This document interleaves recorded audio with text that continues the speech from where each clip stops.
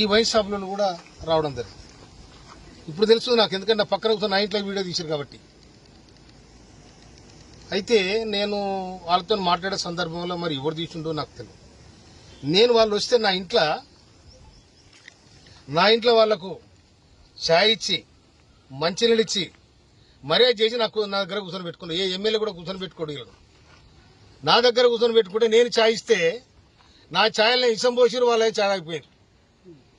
ఇది తీన్మార్ మాలిగాడు చేసిన లెక్క. ఇది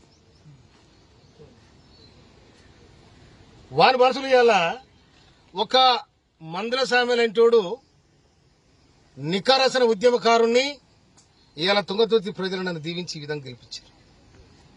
నన్ను డ్యామేజ్ చేయడానికి, నా మీద బ్లాక్మెయిల్ చేసి నాతో డబ్బు తీసుకోవడానికి టీఆర్ఎస్ తో కుమ్మక్కై నేను లిక్కర్ దందా చేసినా, లేదు మూల దందా చేసినా, ఏం దందా చేస్తా? నేను నా దందంతా ప్రజలతోనే, నా జీవితం ప్రజలతోనే బతికినాను నేను. అందుకోసమని నాతాడు డబ్బు లేని నాడు జనము మొన్న ఎన్నికల్లో నాకు సందాలిచ్చి గెలిపించుకున్న ప్రజలు. అటువంటి చిల్లర దందాలు నేను చేయను.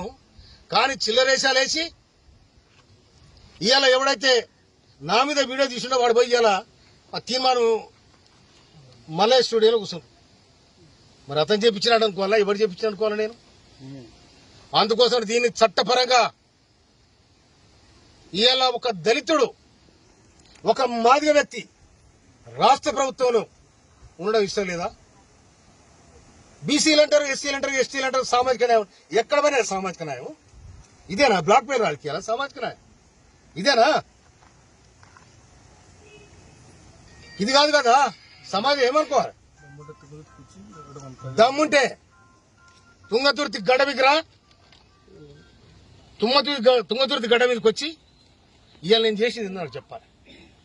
లేకపోతే దీని చట్టపరంగా నేను తప్పకుండా నేను చర్య తీసుకోవడానికి ప్రభుత్వాన్ని విజ్ఞప్తి చేస్తాను.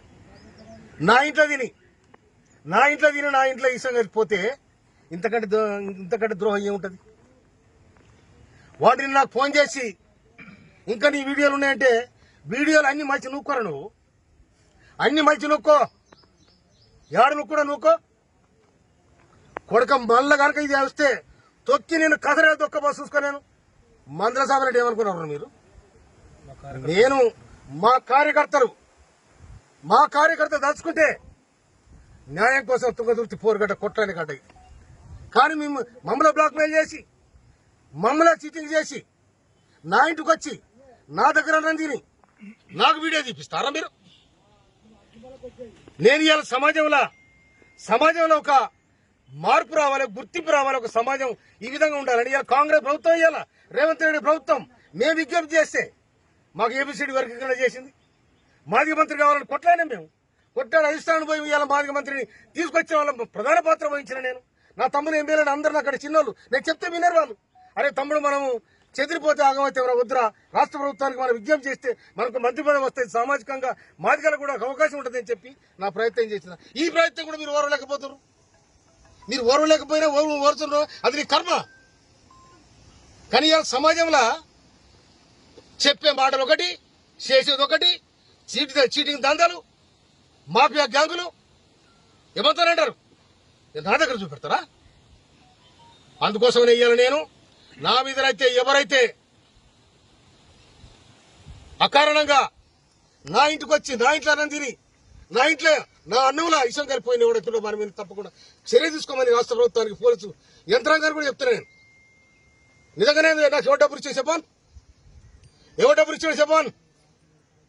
వాళ్ళు వస్తే తప్పకుండా అన్ని వ్యవహారాలు మాట్లాడతాం. ఒక మనిషి ఇంటికి వచ్చినప్పుడు ఉత్తు వచ్చి కూర్చున్నా కూడా ఏం జరుగుతుంది, తుంగతుర్తి ఏం జరుగుతుంది, రాష్ట్రం ఏం జరుగుతుంది మాట్లాడతాం. అంటే ఆ వీడియో వ్యవహారం అంటే ఉద్దేశపూర్వకంగానే జరిగిందంటారా లేదంటే